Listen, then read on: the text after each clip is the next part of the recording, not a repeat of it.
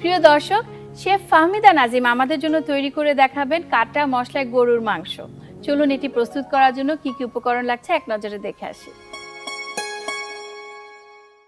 গরুর মাংস, পেঁয়াজ কুচি, রসুন কুচি, আদা কুচি, ধনিয়া গুঁড়া, জিরা গুঁড়া, তেজপাতা, এলাচ ও দারুচিনি, শুকনা মরিচ, সরিষার তেল, লবণ, সাদা গোলমরিচের গুঁড়া, কালো গোলমরিচের গুঁড়া।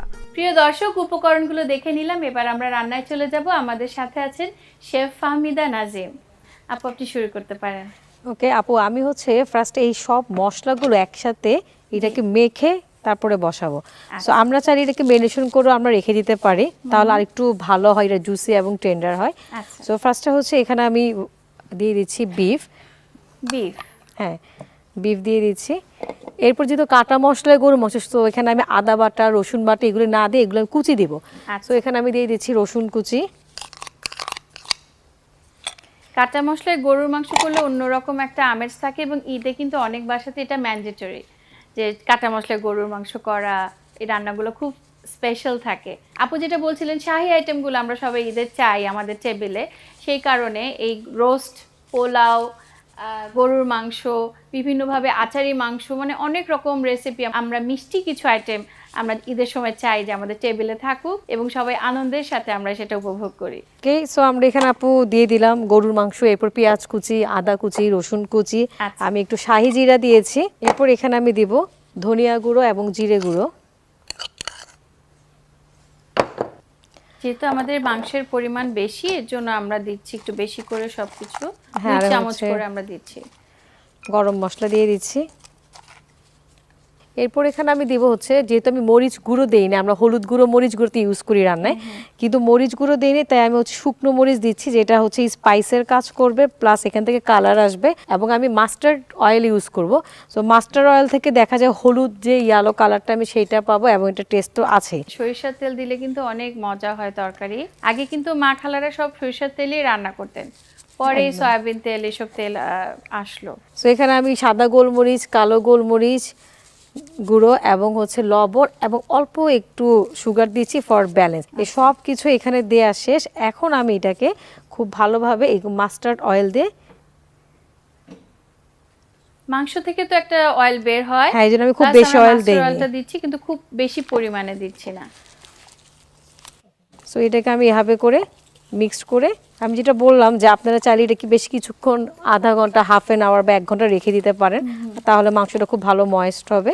আচ্ছা, মাখিয়ে কিছুক্ষণ রাখলে ওটা ময়েস্ট হবে, ম্যারিনেশনটা ভালো মতো হয়ে যায়, তারপরে চুলায় দিলে বাকি কাজটা হলো। ওকে, সো এইটা আমার ম্যারিনেশন করা ডান। এখন আমি যে হাঁড়িতে রান্না করব, সো হাঁড়িটা নিয়ে নিলাম, চুলাটা জ্বালিয়ে দিই। হ্যাঁ, এবং এই পুরোটুকু আমি এখানে একসাথে দিয়ে দিব, যেহেতু এটা আমি মাখিয়ে বলছি একবারে বসাবো। যেহেতু আমরা স্টুডিও থেকে করছি, এই কারণে আমরা কিন্তু আধা ঘন্টা ওয়েট করছি না, বাট বাসায় আপনারা যারা যখন এই রেসিপিটা তৈরি করবেন তখন আধা ঘন্টা ম্যারিনেশন করে রেখে দিয়ে তারপর চুলোতে দেবেন, তাহলে অনেক বেশি মজা হবে। এবং এখানে দেখেন আমরা যেটা বলি যে হাতে মাখা দেওয়া সে পানিটা, সো এখানে আমার অনেকটুকু স্পাইস লেগে আছে, আমি এইটাকে দিয়ে আমি একবারে এটাকে ঢাকনা দিয়ে ঢেকে দিচ্ছি। আচ্ছা, সো আমি এটাকে লিড দিয়ে কভার করে দিচ্ছি। এবং যেহেতু বিফ, এটা হতে আমাদের বেশ সময় লাগবে 30 থেকে 40 মিনিট। সো এটাকে আমি একটা মিডিয়াম হিটে দিয়েছি, যাতে এই বিফ থেকে যে পানিটা রিডিউস হবে সেইটা দিয়ে এটা কুক হয়। এবং এরপর যখন আমার মনে হবে আমার এক্সট্রা পানি অ্যাড করা লাগবে, তখন আমরা অ্যাড করবো, কিন্তু এর আগ পর্যন্ত আমি এই বিফ থেকে পানি রিডিউস হওয়া পর্যন্ত ওয়েট করব। আচ্ছা প্রিয় দর্শক, আমরা তাহলে 30 থেকে 40 মিনিট অপেক্ষা করছি। প্রিয় দর্শক, আমাদের 30 মিনিট হয়ে গেছে, এবার চলুন আমরা দেখি কি অবস্থা। আপু, রান্নার কদ্দূর? এই যে তেলটা উপরে উঠে আসছে এবং খুব সুন্দর একটা অ্যারোমা পাচ্ছি আমরা। বাহ, হ্যাঁ, সো দেখেন এখানে কিন্তু আমি কোনো হলুদ গুঁড়ো দেইনি, কিন্তু মাস্টার্ড অয়েল থেকে এর কালারটা স্প্রেড করেছে, এবং এই যে চিলি থেকে চিলিটা একটা অ্যারোমাও কিন্তু পাচ্ছি খুব সুন্দর। সো এটা আমার ডান, আমি বানারটা অফ করে দিচ্ছি। এখন প্রেজেন্টেশন। সো আপু আমাকে একটা ডিশ দিবেন যেটাতে আমি প্রেজেন্টেশন করব। একটা সুন্দর ডিশ আছে আপনার জন্য। Thank you. অ্যাকচুয়ালি আমি পুরোটা এভাবে দিয়ে দিচ্ছি একবারে।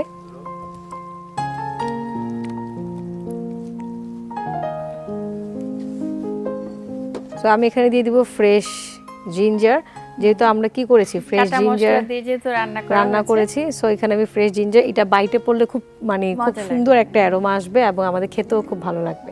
এবং সে সাথে দিয়ে দিচ্ছি আমি fresh red chilli, green chilli for colour variation, এবং দিয়ে দিব হচ্ছে মিন্ট লিভস, একটা রিফ্রেশিং টেস্ট আসবে। দেখতেও খুব সুন্দর লাগবে, কালার অ্যাড করছে প্লাস।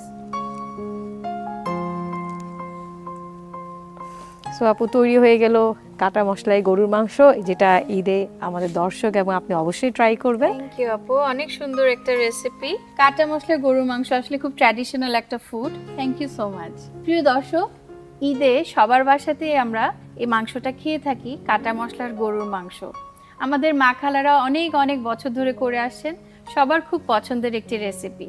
আপু থ্যাংক ইউ সো মাচ, এত সুন্দর একটা ট্র্যাডিশনাল ডিশ আপনি আমাদের জন্য করেছেন, আপনার সময় দিয়েছেন, আপনাকে অনেক ধন্যবাদ। আপু আপনাকেও ধন্যবাদ যে আপনার কিচেনটা আমি শেয়ার করতে পেরেছি আপনার সাথে, আমার খুবই ভালো লাগছে, এবং সেই সাথে ধন্যবাদ বিটিভিকে।